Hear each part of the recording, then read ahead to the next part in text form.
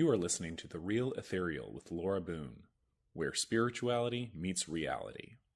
Only on the Lighter Side Network. Visit us online at thelightersidenetwork.com and subscribe to the Lighter Side Network on Vimeo. The Lighter Side Network, where the everyday meets the extraordinary.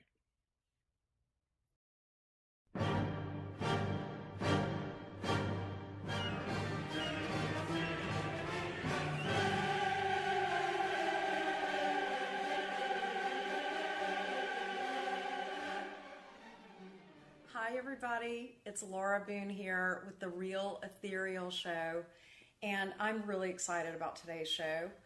I've had a lot of people tell me that this would be very interesting to them, so we are going to get into it today.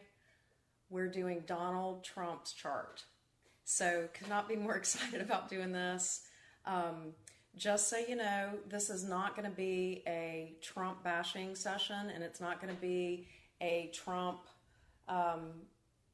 backing session. This is just going to be a straight up, if he sat down in front of me and I was going to do a reading for him astrologically, what would I notice and talk about? Except he's not in the room, so I am going to be a little more candid than I would be if it were a real person sitting in front of me. So really excited.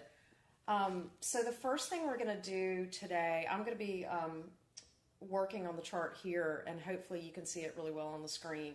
But I'm going to talk to you about his basic chart and some of the good things that I see about it and things that make sense, and then some of the things that are a little bit worrisome or are challenges for him. So the first thing I want to say, in case you're at home and you actually do charts or you're an amateur chart person, just so you know, his birthday is June 14th, 1946, Jamaica, New York, at 10:54 a.m. So he is a Gemini, and my producer Jesse is rolling his eyes because I tend to have a moment with Geminis or anything Gemini. She singles them out. I love Geminis, but they're a little... We love them. Okay. And the world's a better place because of Geminis, but... so he's a Gemini. We'll start there. He has a Leo ascendant at 29 degrees. I know that is, anybody knows anything about astrology, that's not going to be a shock, and I'll get into what that means. And he has a moon in Sagittarius. So at the very least, with those three legs of his stool, dynamic person. Very dynamic. I mean, quite frankly, like a pinball in a machine. Zing, zing, zing, zing, zing. That's just Sagittarius, Leo at 29 degrees, no less. And Gemini, a lot of movement, really a lot of energy, a lot of restlessness. No grass growing under this man's feet since he was born, which is very apparent. Okay, when I look at a chart, I do it very intuitively. So I don't really have a process. I just sort of go where I am pulled first.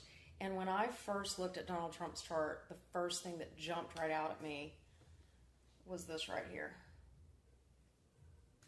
And that is the planet Mars at 26 degrees on his ascendant at 29 degrees. So that's nearly conjunct, which conjunct means right on top of each other.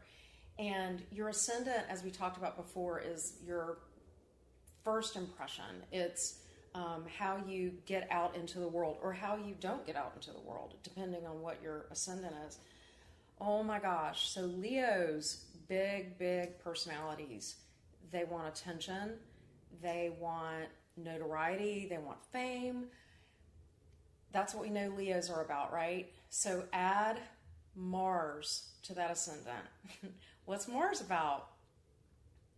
Aggression, fighting, battling, championing. Those are all kind of negative. Let me give you some of the positives. Championing, taking action. So this, and I'll tell you, Mars on a Leo ascendant is quintessentially, throughout the beginning of time, is the the sign of the bully. Sign of the bully. So that's here we go, right? This is somebody who can be very arrogant, seemingly, their first impression is arrogance. Their first impression is that Leo's sense of importance with that Mars aggression. So this is a person that seems like all the time they're looking for the fight, or they're ready to fight, or they're braced. He's a braced person for a fight, okay? That's Mars on your ascendant, that's Leo. One of the positive things about this, or one of the aspects to this is a person who is always wanting to champion something or fight on behalf of something. So it is no wonder he has these causes that he gets really, really wed to.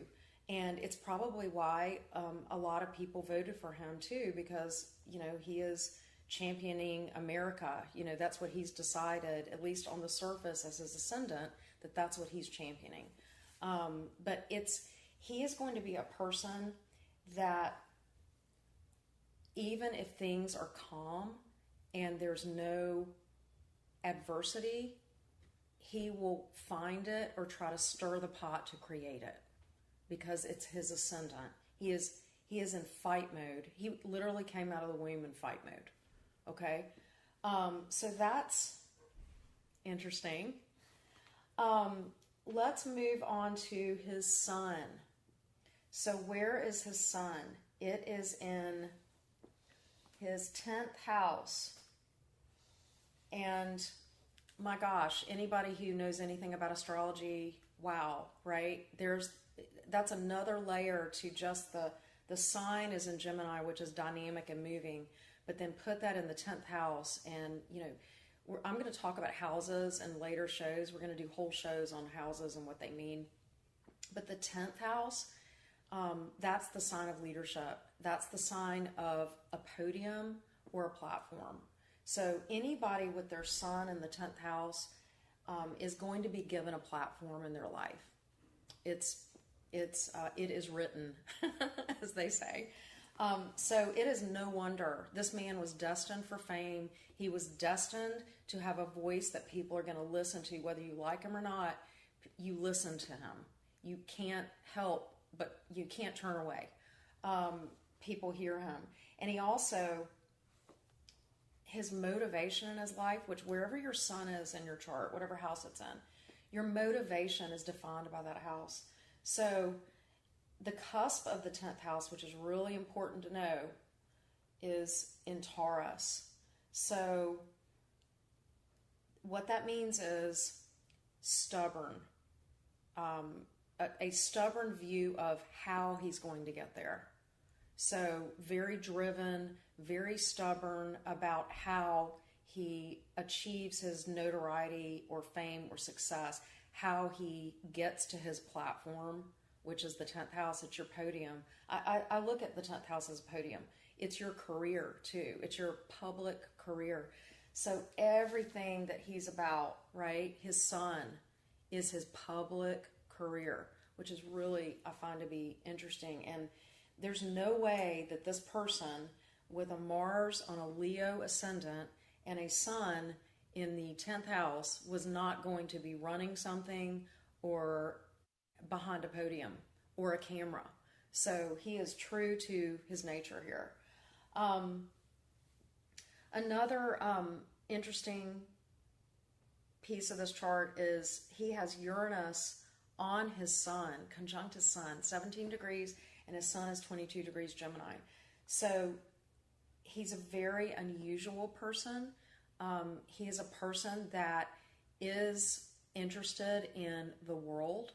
So, I mean, I remember I saw a clip of him.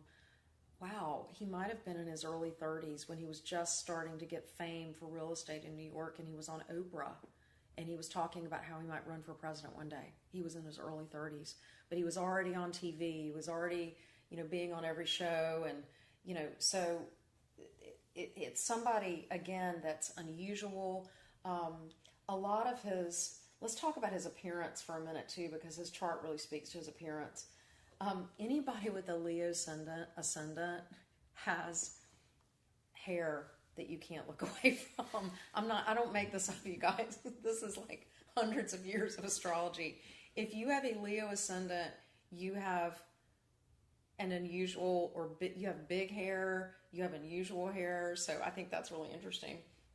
And then add that Uranus to his sun in the 10th house. He's going to look unusual or be somebody who's got a commanding presence. I think that's really interesting. Let's talk a little bit about his parents. And, a lot of his notoriety comes from his comments about women and things like that. He's got a very,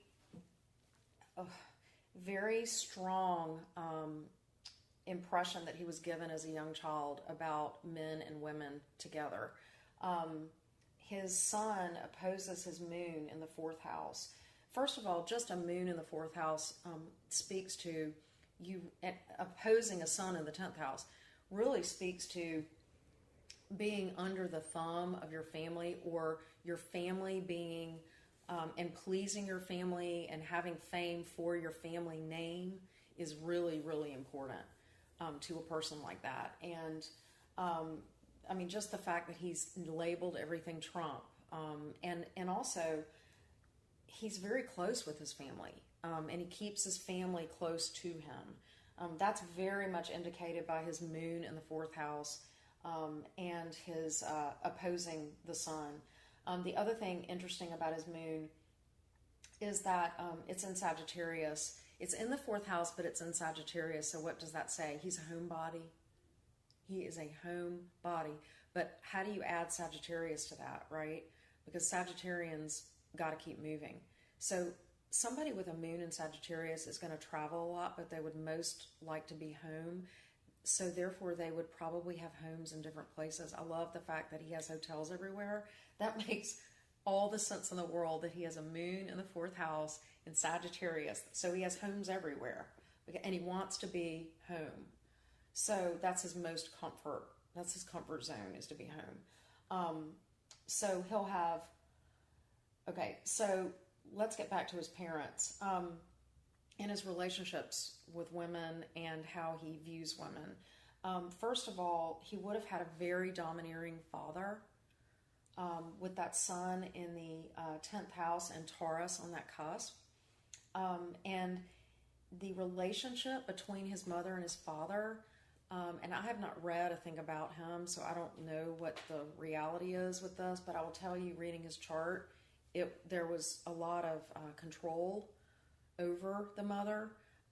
There was a lot of adversity between the two of them, potentially a lot of disrespect between the two of them, or dissension between the two of them.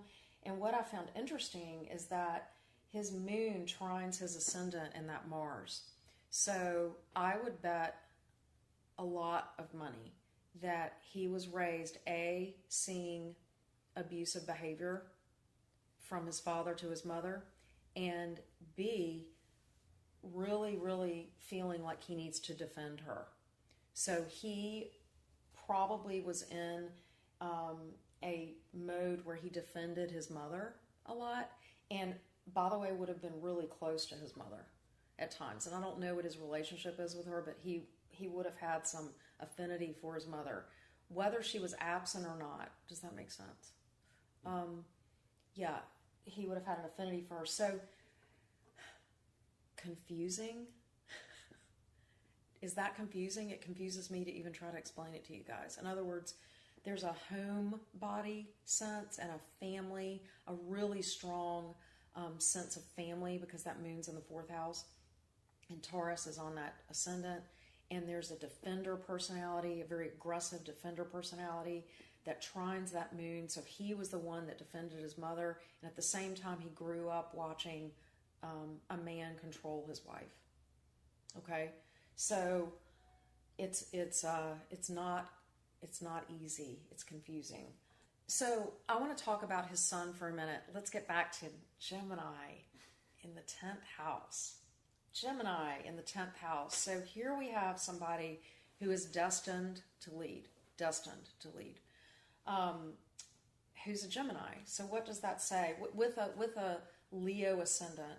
So his mask is I'm in control and I've got this, and he loves the attention. That's a Leo ascendant. With that Mars on his ascendant, so he's ready for a fight, and I'm your man. Okay, that's the Leo. Gemini sun. So what you will find once you get past that surface, so this is your mode. You know, your sun is how you live or how you do things. It's in his 10th house. So how does he work? What's he like to work with? First of all, if he doesn't know you and he's not, you know, close with you, he's going to see you as an adversary until you prove that you're not.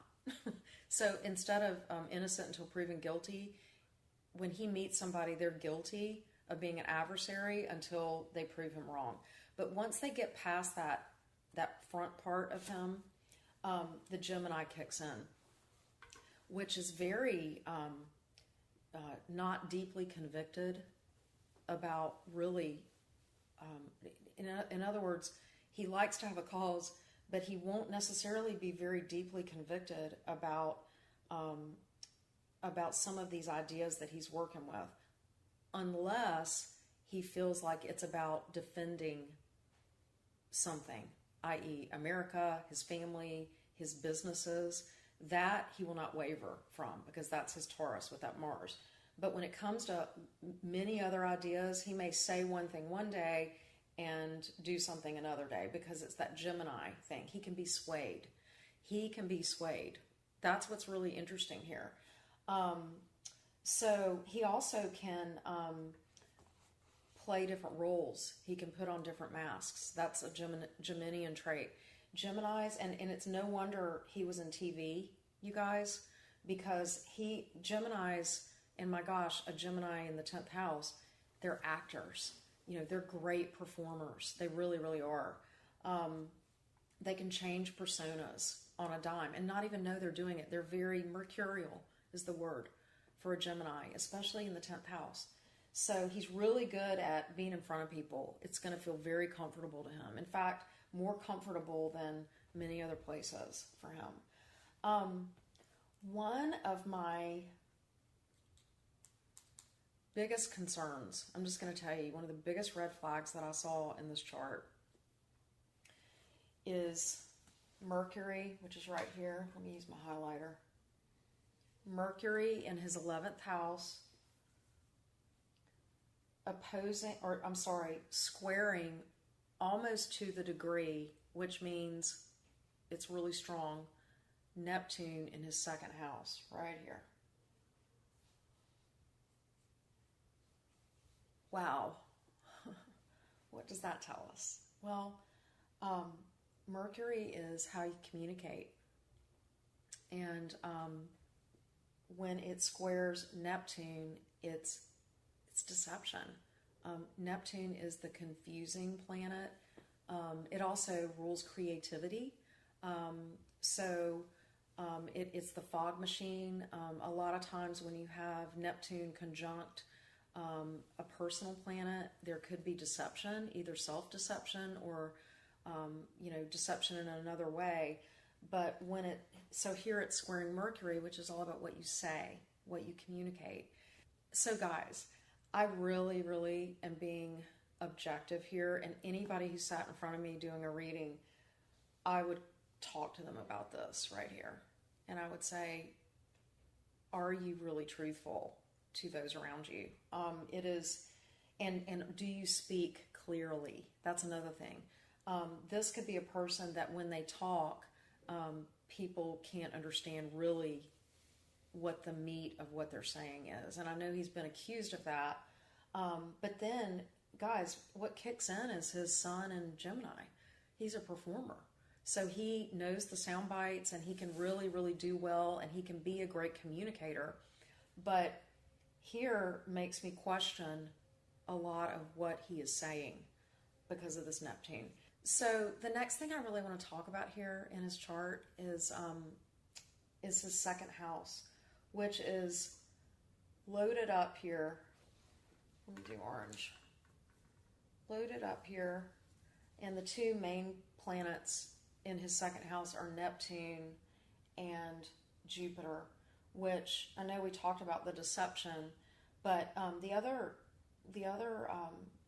really big aspect to Neptune is creativity. So, and then we've got Jupiter, which is the biggest and best benefic planet in the solar system and in astrology. And what does a benefic mean? That means Jupiter really, you can't, it's never bad or wrong.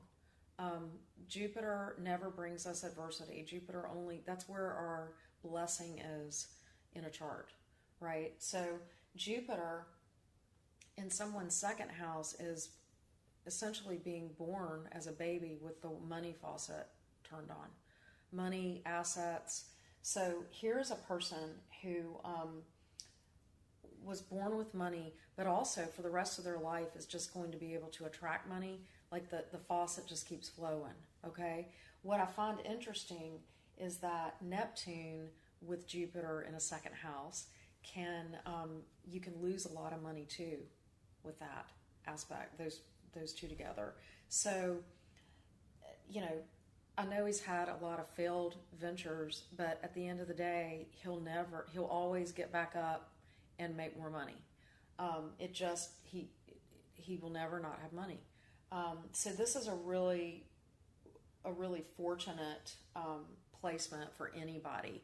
But we've seen that in his life where he's just attracted money and ventures, and then he's had a lot of creative ideas with the Neptune, and some of them have failed. He's probably done some very creative deals, kind of out there deals, and they failed.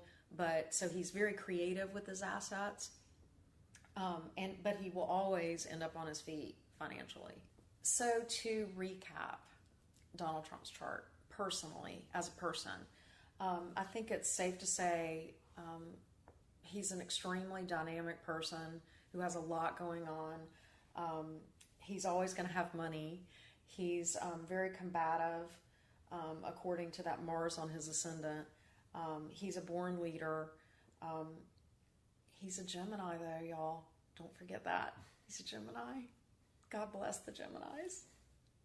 So what I'm really excited about is we're going to actually have a Donald Trump part 2. And part 2 is going to be about his transits, which talks about over the next few years, some of the highs and lows that could happen with him. And that is really exciting because when he has a high or a low, now that he's president, so will we as the country. So I'm really excited to talk about some of those things. And I also want to give a shout out to where I got this chart, you guys. It's astro.com, and it's a great website, and it was founded by Liz Green and Robert Hand, who's one of my favorite astrologers, and you can get free charts there. So please check out astro.com. And also check out my website, lauraboone.org. And then you can also go to the Lighter Side Network for other show information and to see what my upcoming shows are. I really, really thank you for joining me, and please give me comments, feedback. I'd love to hear what you think about his chart and what you think about the transits coming up. And also, do you have any famous people's charts or just interesting charts you'd like for me to talk about on the show? I'd love to do that, and I'd love to hear your feedback. Thanks, guys.